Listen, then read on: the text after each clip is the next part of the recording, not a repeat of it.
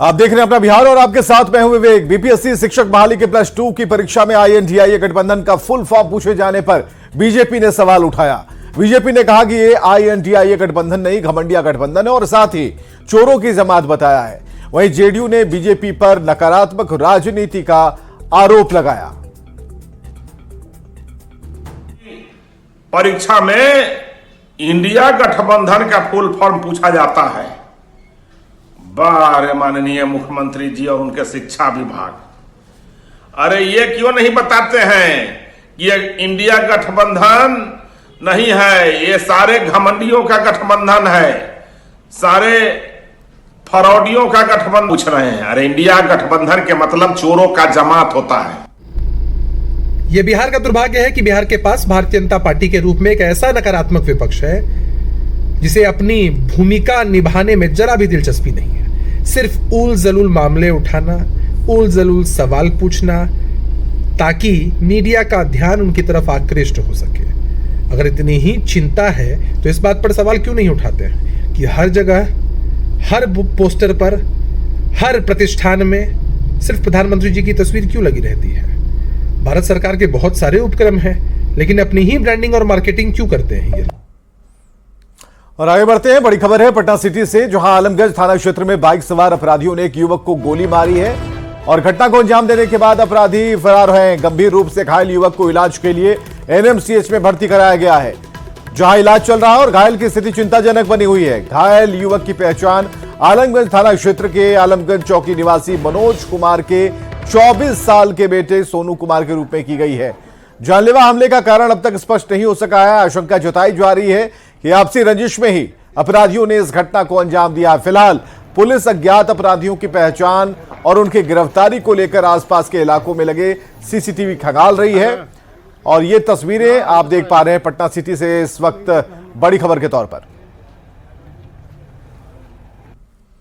आज संध्या करीब 6 बजे थाना क्षेत्र के आलमगंज चौकी के सामने गली में एक युवक को गोली मारी गई है। युवक जख्मी है जिसका इलाज एनएमसीएच में चल रहा है। क्या कारण वजह क्या स्पष्ट हो पाया? अभी तो कोई कारण स्पष्ट नहीं हो पाया है। युवक का नाम सोनू कुमार है, उम्र करीब 24 साल होगी। वहीं वो केदारनाथ धाम है, वहीं पे वो रेंट पर रहता था। दानापुर सिविल कोर्ट में छोटे सरकार नाम के खूंखार अपराधी की गोली मारकर हत्या कर दी गई। हालांकि हत्या कर भाग रहे दोनों अपराधियों को हथियार के साथ पकड़ा गया, लेकिन कोर्ट में दिन दहाड़े हुई इस हत्या ने सुरक्षा व्यवस्था पर गंभीर सवाल खड़े कर दिए। बड़ी बात यह है कि अपराधी कोर्ट में पेशी के लिए जाते समय हथकड़ी नहीं लगाई थी और हत्या के बाद पुलिस वालों ने हथकड़ी लगा दी।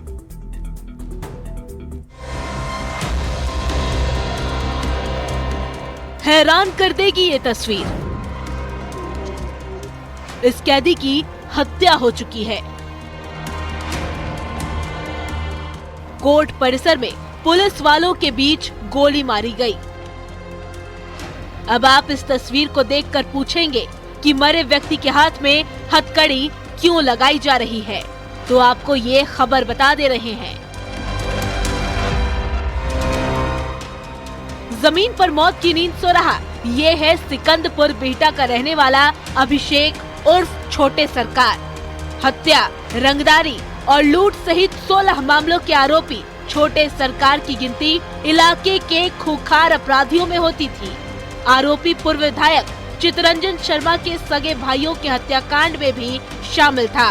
शुक्रवार को बेउर जेल से पेशी के लिए इसे दानापुर सिविल कोर्ट लाया गया था, जहां 2 हथियारबंद बदमाशों ने पॉइंट ब्लैंक रेंज से गोली मारकर हत्या कर दी, वो भी पुलिस वालों की मौजूदगी में। उसके बाद कोर्ट में भगदड़ मच गया पूरा।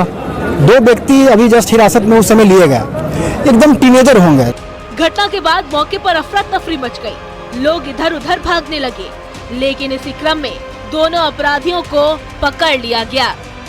प्रारंभिक पूछताछ में जो अभी बात सामने आई है वो ये आई है कि दोनों जो अभियुक्त हैं वो अपराधी वो मुजफ्फरपुर से आए थे इसकी हत्या करने के लिए। कुछ और बातें भी उन लोगों ने बताई हैं जिसको हम लोग फर्दर वेरीफाई कर। इस पूरे घटनाक्रम में पुलिस की घोर लापरवाही सामने आई। पुलिस वाले बिना हथकड़ी लगाए ही छोटे सरकार जैसे खूंखार कैदी को कोर्ट लाए थे और जब गोली मार दी गई तब लापरवाही छिपाने के लिए उसके हाथों में हथकड़ी लगाई गई। वकील साहब एक बोल रहे हैं कि हथकड़ी उसके हाथों में नहीं था। सब कुछ लगा हुआ था, वो झूठ बोलता है, आदमी झूठ बोलने का सब कुछ। हथकड़ी आप लोग नहीं लगाए थे क्या? सब कुछ लगल है। कोर्ट में आने वाले वकीलों और आसपास के लोगों का कहना है कि यहाँ कोई सुरक्षित नहीं है। हाँ, बाहरी आदमी मिलते रहे, कुछ कुछ देते रहता, लोग खिलाते रहता, पुलिस कुछ रोकता नहीं है, इसलिए यहाँ पर असुरक्षित है कहिए टोटली। कोर्ट में हुई हत्या के बाद बिहार की सुरक्षा व्यवस्था पर गंभीर सवाल खड़े हो रहे हैं। सवाल ये है कि क्या बिहार की कोर्ट अब सुरक्षित नहीं है? क्या कानून का डर खत्म हो चुका है? अगर नहीं तो बदमाशों ने कैसे कोर्ट परिसर में वारदात को अंजाम दिया? न्यूज़ 18 के लिए पटना से संजय कुमार और दानापुर से अमरजीत की रिपोर्ट। और बेतिया से बड़ी खबर है, पुलिस और अपराधियों के बीच मुठभेड़ हुई है और मुठभेड़ में पुलिस की तरफ से की गई जवाबी कार्रवाई में एक अपराधी को गोली लगी है। जानकारी के मुताबिक साठी के मुसहरवा में 2 अपराधी रंगदारी मांगने पहुंचे थे और इसी बीच पुलिस पहुंच गई। पुलिस को देखते ही अपराधियों ने गोली चलानी शुरू कर दी। पुलिस ने जवाबी कार्रवाई में फायरिंग की तो गोली एक अपराधी को लग गई और घायल अपराधी का नाम भूतनाथ चौबे है। वहीं पुलिस ने भूतनाथ और उसके सहयोगी निर्भय गिरी को गिरफ्तार कर लिया है। घटना के बाद चंपारण रेंज के डीआईजी जयंत कांत ने घटनास्थल का जायजा लिया। क्या कहिएगा सर?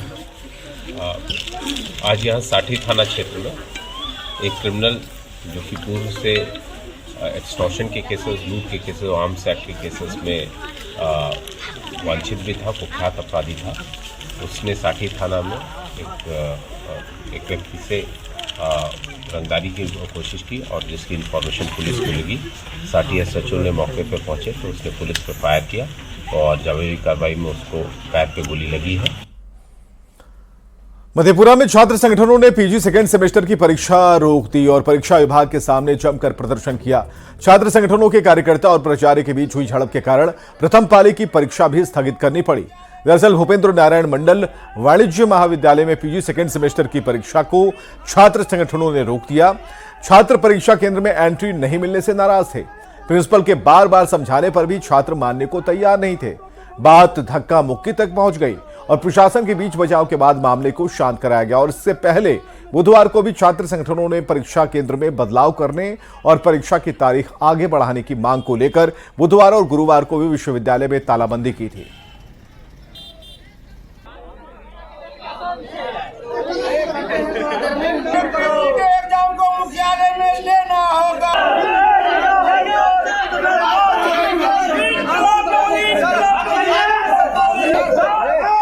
परीक्षा केंद्र जो है पीजी के सभी एग्जामों का परीक्षा केंद्र के लिए नॉर्थ कैंपस में परीक्षा भवन बनाया गया, जहां पे हर बार शांतिपूर्ण तरीके से परीक्षाएं आयोजित होती थी।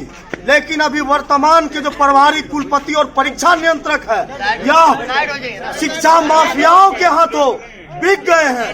परीक्षा केंद्र बांटने का काम कर रहे हैं पैसा लेकर के। 9:30 बजे से परीक्षा यहाँ होनी थी पीजी सेमेस्टर सेकेंड का, लेकिन कुछ छात्र नेता आके न्यूसेंस कर रहे हैं, अनावश्यक व्यवधान पैदा कर रहे हैं। छात्र यहाँ परीक्षार्थी आ गए हैं, लगभग 1000 की संख्या है छात्रों की, परीक्षार्थियों की, और 10-15 छात्र, पता नहीं कौन छात्र हैं, कौन नेता हैं, क्या समस्या है, जिसकी माने विश्वविद्यालय स्तर पर इसका निराकरण होना था, लेकिन महाविद्यालय में आके अनावश्यक, मैं तो मानता हूं कि छात्रों के हित के साथ नहीं है ये छात्र नेता, छात्रों के हित के साथ खिलवाड़ कर रहे हैं। हम लोग कटिबद्ध हैं परीक्षा लेने के लिए।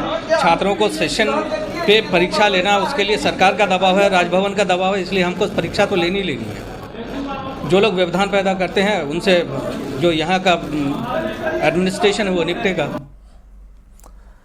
बौद्ध धर्मगुरु दलाई लामा का बोधगया में जोरदार स्वागत किया गया। दलाई लामा 1 महीने के बोधगया प्रवास पर हैं और गया एयरपोर्ट से दलाई लामा कड़ी सुरक्षा के बीच तिब्बती मॉनेस्ट्री पहुंचे। दलाई लामा की झलक पाने के लिए सैकड़ों श्रद्धालु लाइन में खड़े थे।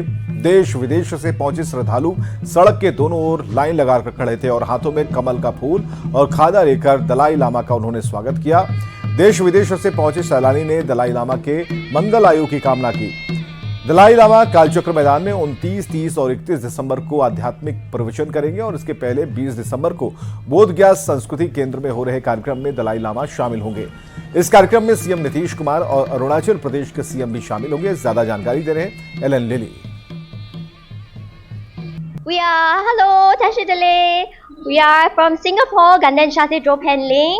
We're super happy to be here this morning to welcome His Holiness the Dalai Lama with flowers and kata, and we've just met and have seen His Holiness pass by in the car. वैसे उनका 20 तारीख को आना schedule था, तो आज अचानक उनका यहाँ आना हमारे लिए बहुत अच्छी और बहुत खुशी की माहौल बना दिया, क्योंकि दलाई लामा जी का दर्शन हमें कम ही मौका मिलता है। दलाई लामा जी का दर्शन बौद्ध धर्मगुरु दलाई लामा विशेष विमान से गया एयरपोर्ट पहुंचे हैं, जिससे कड़ी सुरक्षा के बीच गया एयरपोर्ट से उन्हें बोध गया लाया गया।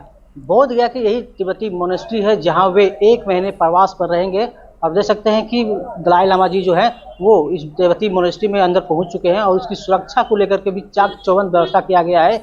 सेंट्रल कमेटी से लेकर के जो केंद्रीय जो बिहार पुलिस है, उनके साथ साथ जो तिब्बती जो उनका जो अपना सिक्योरिटी होता है वो यहाँ पर मौजूद है। देख सकते हैं कि काफ़ी संख्या में जो है यहाँ पुलिस बल यहाँ पर तैनाती की गई है। आपको बता दें कि बौद्ध धर्मगुरु दलाई लामा जो है बोधगया में 1 महीने तक यहाँ पर रहेंगे। इस दौरान जो है वो 29, 30 और 31 दिसंबर को जो है वो बोधगया के कालचक्र मैदान में वो प्रवचन देंगे, जहाँ उनके प्रवचन को सुनने के लिए देश विदेश से जो करीब 50 से 60 हज़ार जो विदेशी श्रद्धालु जो है वो यहाँ पहुँचेंगे। इस दौरान उनके टीचिंग से पहले भी 20 तारीख को बोधगया के संस्कृति केंद्र में भी एक बौद्ध धर्म समारोह एक कार्यक्रम आयोजित है, जहां भी दलाई लामा जो है उसमें शामिल होंगे। साथ ही बिहार के मुख्यमंत्री नीतीश कुमार और डिप्टी सीएम तेजस्वी यादव भी यहां शामिल होंगे। लिली न्यूज़ 18 गया।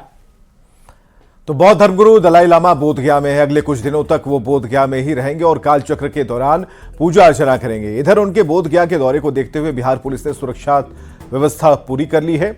एडीजी मुख्यालय जितेंद्र सिंह गंगवार ने बताया कि दलाई लामा की सुरक्षा को लेकर जो भी प्रोटोकॉल हैं उसके तहत उन्हें सुरक्षा दी जाएगी।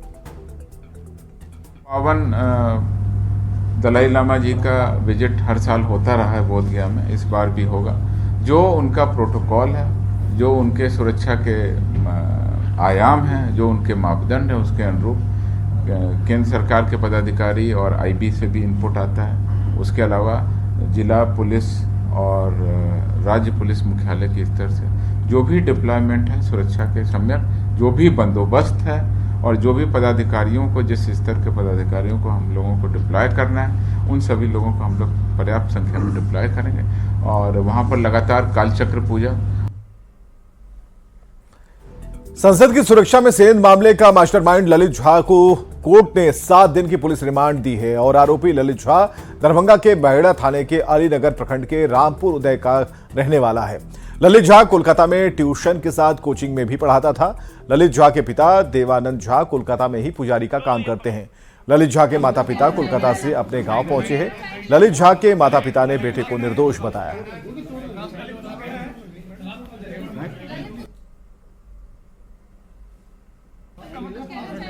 चाहेंगे जो हमारा सोना बेटा है, हमको कुछ समझ में नहीं आते हैं। हमारा गाड़ी पर बैठा दिया, अपने गया खून वाला में आपको थाना में खाएंगे तो उसको फर्स्ट फोन करेंगे, फोन कहेंगे खून दान करने के लिए, तो खून दान करते हैं। 3 बार खून दान करिए।